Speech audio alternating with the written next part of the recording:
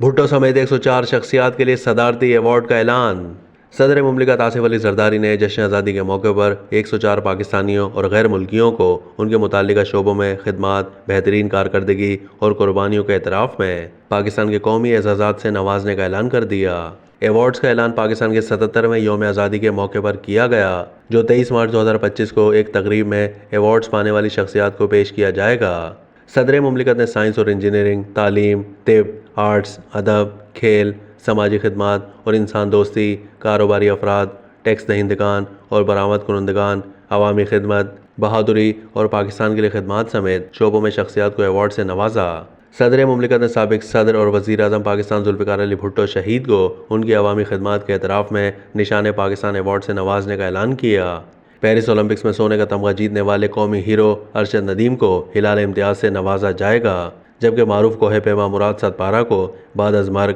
ستارہ امتیاز دیے جانے کا اعلان کیا گیا، جو گلگت بلتستان کی چوٹی پر پھنس گئے تھے، جنہیں بچانے کے لیے فوج کی جانب سے آپریشن شروع کیا گیا تھا، تاہم وہ زخموں کی تاب نہ لاتے ہوئے چل بسے تھے۔ صدر آصف علی زرداری نے مرحوم شاعر ناصر کاظمی کو ادب کے شعبے میں خدمات پر نشان امتیاز اور سعودی شہزادہ عبدالعزیز بن سلمان عبدالسعود کو پاکستان کے لیے خدمات پر ہلال پاکستان سے نوازنے کا اعلان کیا۔ ان کے علاوہ جن معروف شخصیات کے لیے ایوارڈ کا اعلان کیا گیا، ان میں گلوکارہ فریحہ پرویز، تمغہ حسن کارکردگی، معروف کاروباری اور سماجی شخصیت حسین داؤد، ہلال امتیاز، فلم ساز، لکھاری اور سیاستدان جاوید جبار، ہلال امتیاز، بیرسٹر ظفر اللہ، تمغہ امتیاز اور ڈاکٹر زریاب، ہلال امتیاز شامل ہیں۔